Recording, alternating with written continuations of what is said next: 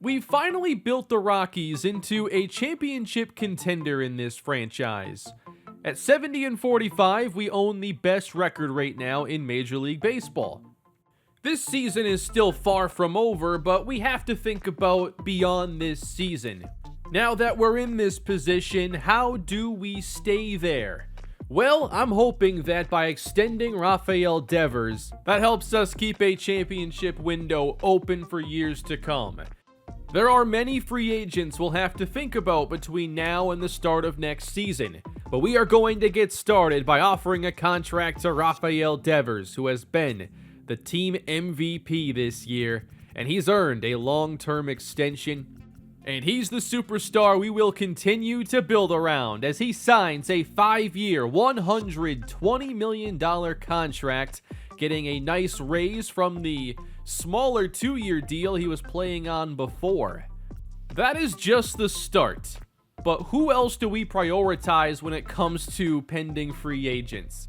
Let me know down below what players you think need to be re-signed at some point. But keep in mind, many of these players are just going to get either renewals or arbitration deals. We've won 3 straight and start a series against the San Francisco Giants. Rafael Devers just signed a brand new contract extension that'll keep him with the Rockies for years to come, so why not get into a player lock game with the team MVP, hitting .332 on the season, 27 home runs at this point despite missing 6 weeks of action. And he should be able to surpass the 37 home runs he hit a season ago. Bottom one here, battling with Logan Webb of the Giants. There's a grounder into the shift. Good pitch, and the out is recorded. So with Devers under contract, I don't know yet if his long-term position is going to be first or third base. He's playing third base again because it allows Josh Bell to play at first, and Devers made some really good defensive plays last episode. He's done a really good job there. I think it all just comes down to how do we field the best lineup and how do we make it fit. I want to take you into the 7th inning here. There are 2 runners on base, 1 down. Devers will allow the run to score, record the out. But at this point, the San Francisco Giants are without a hit. They've drawn some walks. They've scored a run. But they do not have a single hit off of Luis Severino. And we're taking this into the 9th inning. Bases loaded. Still no hits. 2 down. Grounded to Devers. He'll touch the bag and seal a combined no-hitter for the Rockies. We allowed 6 walks in this game, but no hits. I had no clue there was a no-hitter going on until very late in the game. And that, I believe, is our first no-hitter of the series. Severino pitches 8 of the innings. I don't know why Dominguez only got 1 out. I guess he had a couple of walks. But a 3-pitcher combined no-hitter while I'm just trying to talk about Rafael Devers for a couple minutes to start the episode.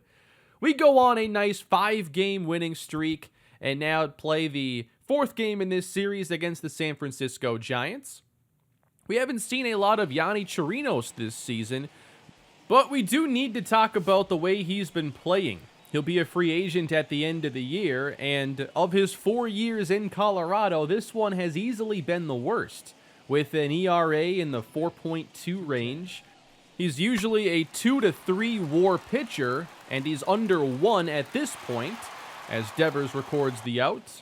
He's also allowing home runs at the highest rate of his career with the Rockies. Base hit to right here for the Giants. They get their first hit. And Victor Robles, who's been a really nice addition for them. 2-2. Taken off the plate. Full count from Chirinos. Got him with the sinker.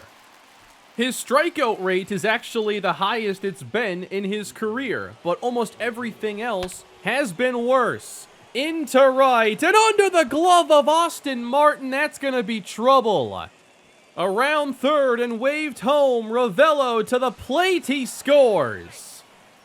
A costly mistake by Austin Martin in right field, trying to reach out and backhand that ball. He missed by a couple feet, and the Giants take the first lead. We give Nick Solak the chance to lead off here against the lefty Seth Corey. Don't think we've seen him before here with the Giants, but he's a really young pitcher, 84 overall, and he's on a pretty good trajectory here early in his career. I don't think the 4-10 record as a starter really tells you how he's pitched this year. He's been decent for a player getting one of his first chances to start. There's a drive into center. Solak sends it deep and sends it out for a leadoff home run, and the Rockies tie the game. That's why he's in the leadoff role. He has been destroying left-handed pitching this season. It was time to give him a chance. Brandon Nimmo gets the off day today. One down for Johnny Schaefer. We know what he can do against left-handed pitching. Right center hit well. Back this one goes. That's down at the warning track. And Schaefer adds on another double. Two batters later, this is Josh Bell, still hitting in the 300s. Schaefer at third, 2 down. That's a good take there with 2 strikes. 2-2.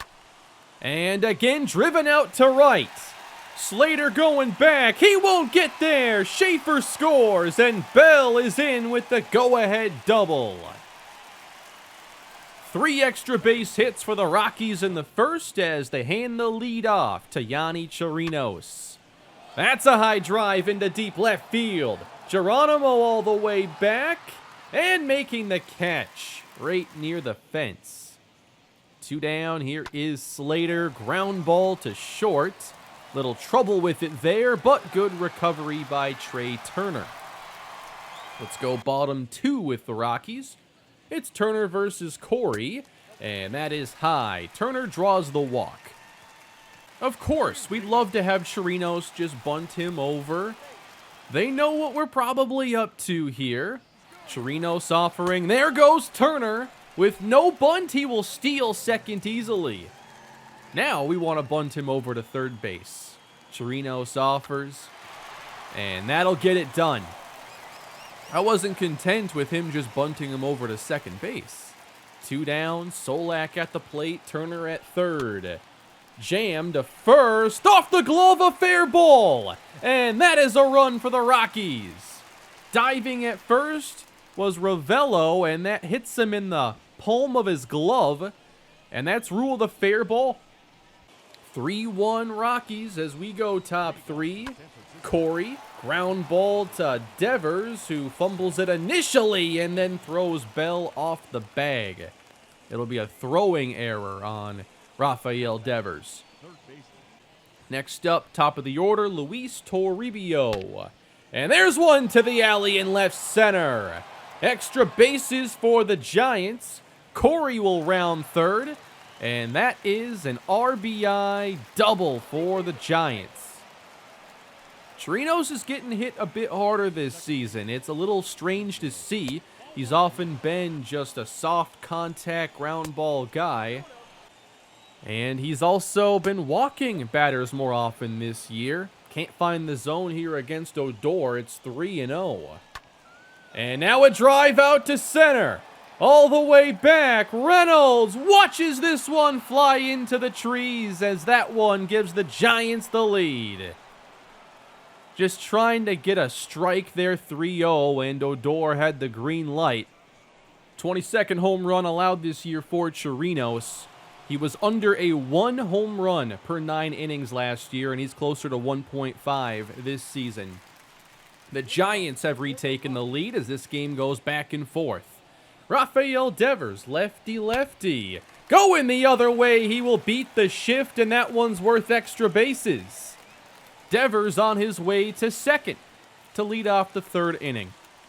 Both pitchers getting hit hard here in Coors Field today. Corey gives up his 6th hit, and most of them have been extra bases. That one gets away. Devers up to third, safe. Still nobody out. And Josh Bell trying to tie this game. 2-2. And there it goes! Deep to left, and the Rockies are back in front. 2-run home run for Josh Bell. Number 22 on the season. We signed him very late last offseason. We have to start thinking about an extension for him with the way he's played and how important he's been to this team.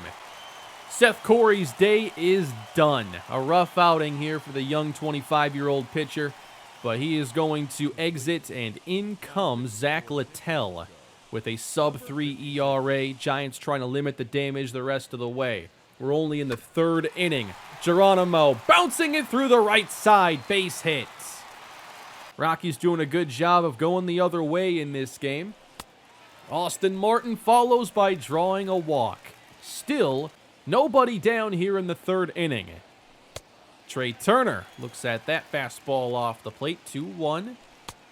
Chased one. We get to a full count.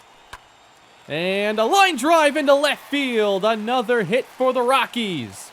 And the bases will be loaded for Nick Solak.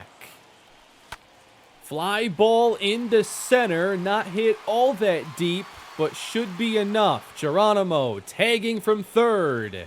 Relay not in time as the Rockies go up 2. And Solak has now driven in a run in all 3 appearances. Reynolds into left field. There's a hit. They'll hold the runner at third. A late stop sign, and the bases are loaded again. Now Johnny Schaefer. And he flies it into center. Over is Robles, and he makes the catch. Rockies at 6 runs, 10 hits. It looks like a full day's worth of hitting. We're only through 3. But is 6 runs enough with the way Chirinos has pitched? Not leaving the game yet. He strikes out Joey Bart. Good splitter away. Then Austin Slater. 2 down. That one just misses. Fastball fouled off. 3-2. Ground ball to third. Devers to first. He pulls Bell off the bag again for his second throwing error of the day. I find this interesting when you look at what he did like last episode, making some phenomenal defensive plays, but now errors on more routine ones. They extend the inning for Zach Littell. The pitcher is gonna hit, and he gets a hit down in center field. And he wants to take second base, and he's out by a mile. What was he thinking there? Although, to be fair, Zach Littell probably doesn't run the bases all that often. But it does cost the Giants, and now he's got to pitch again to Rafael Devers. Again, against the shift. Gonna be a really tough play. Not in time. Good effort, though, by Toribio. Here's Josh Bell. And that's into right center, and they won't get to it in time. Devers around second. Extras again for Bell. Devers waved home. He will score. The throw was offline. 7-4 Rockies. Chirinos into the 5th. Line to right. Martin, better play this time. They got 4 runs off of him, but really didn't run up the pitch count very much. Umpire says Robles went around and then fouls off the fastball. 2-2. Got him with the splitter. I love that pitch for Chirinos when he can locate it. Chirinos bouncing back, but now facing Rougned Odor, who took him yard earlier. Can't give him an easy fastball. Well, he did, and this time he fouled it off. Fouled off the fastball once again. 0-2. Popped up. Devers into left field. He'll make that play. Chirinos gets through the 6th. And we go bottom 6. Mark Browning the pitcher. And Devers over the glove at second base. That splits the gap. Extra bases again. Devers getting his 3rd hit of the day. That gets us to Josh Bell, 3-1. Grounder, knocked down at third. Recovering in time to make the play. 2 batters later, 2 on, 2 down for Austin Martin, and he swings through the fastball, 2-2. Chases one way high, strike 3. 7-4 Colorado, the game staying pretty close. And Chirinos pitching into the 7th. He really settled into this game nicely. And the strikeout was a big reason why. That one was his 5th. 2 down, Patrick Bailey at the plate. Line to left, Geronimo right there. And despite allowing 4 runs in the first 3 innings, Chirinos goes 7, allowing 6 hits. We make a change in the 8th inning, Sir Anthony Dominguez. We're hoping he has a much better second half of the season.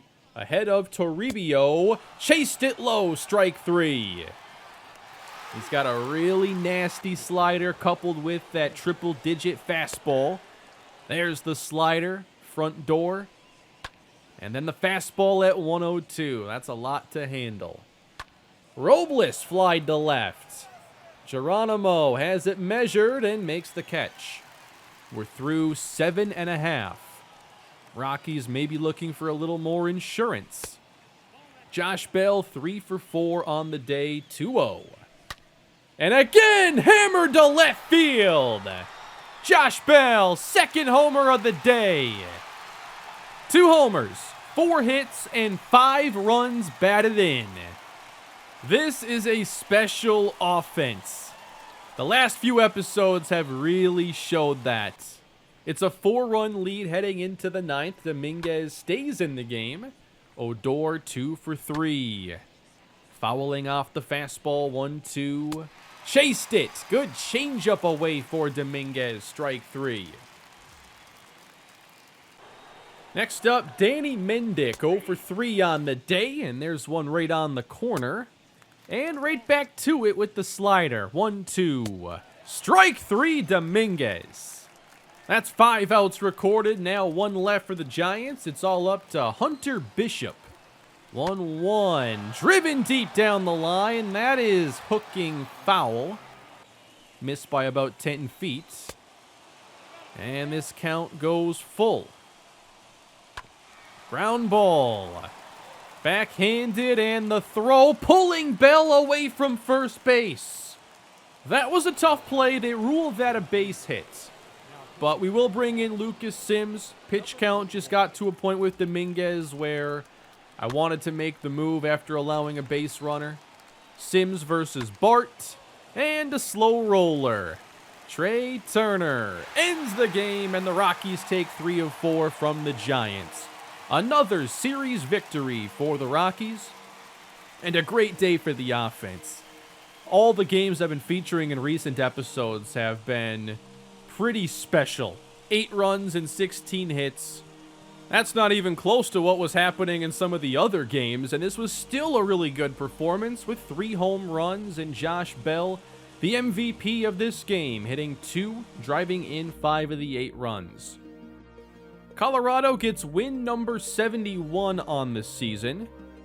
Following an off day, the Rockies stay in Denver, take on the Nationals, and Taylor Rogers has suffered an injury. A strained pectoral that'll keep him out for 1 to 2 weeks. But that was not the only injury. David Geronimo has suffered a torn finger ligament and is going to miss 1 to 2 months. 2 injuries in the same game to very important players. Now, why was I able to put Geronimo on the 10-day list, but not Taylor Rogers? Because the 10-day makes the most sense for him if it's 1 to 2 weeks. Either way, I wanted to put Rogers on the 15-day if that's all they were going to allow, because I want the roster spots opened up. I think we have to add a reliever for sure. We're not going to be playing with 6 relievers. I think as far as what we do with the open position player spot, it's wide open. And we could even look to add 2 pitchers here if we wanted to. That's not a bad way to look at it because of the versatility we have on our bench. I don't think we necessarily have to add a position player.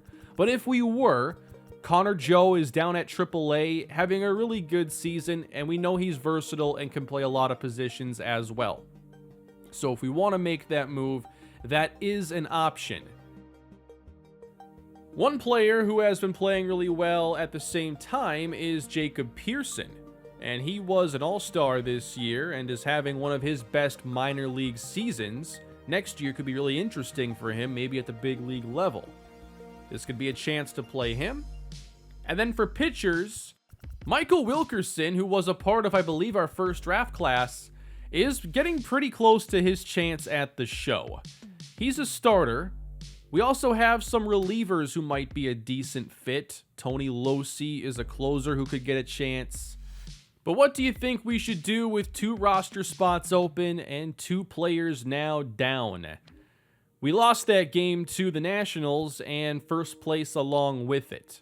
If we look at the wild card race right now, if that's what it comes down to, we're pretty comfortable right now, but a 6-game lead can change a lot over the course of 2 months. We have experience this year playing without Rafael Devers, and now we'll be playing without David Geronimo. As far as who takes over his starting spot in left field, I suppose we could platoon Zach Veen and Austin Martin and see if anybody runs away with that spot. It's hard to say right now, but Geronimo's injury could take him all the way into the playoffs. But here is another challenge thrown at the Rockies this season as we narrowly fall into second place at the same time. Should be an interesting couple of months to close the season. That will do it for this episode, everybody. Thank you for watching and supporting the content. Please leave a like if you enjoyed the video. Leave your feedback down below. These are videos where I do look a lot at the comments to see what everybody thinks. I like getting a lot of opinions there. Have a great day. I'll see you all in the next one.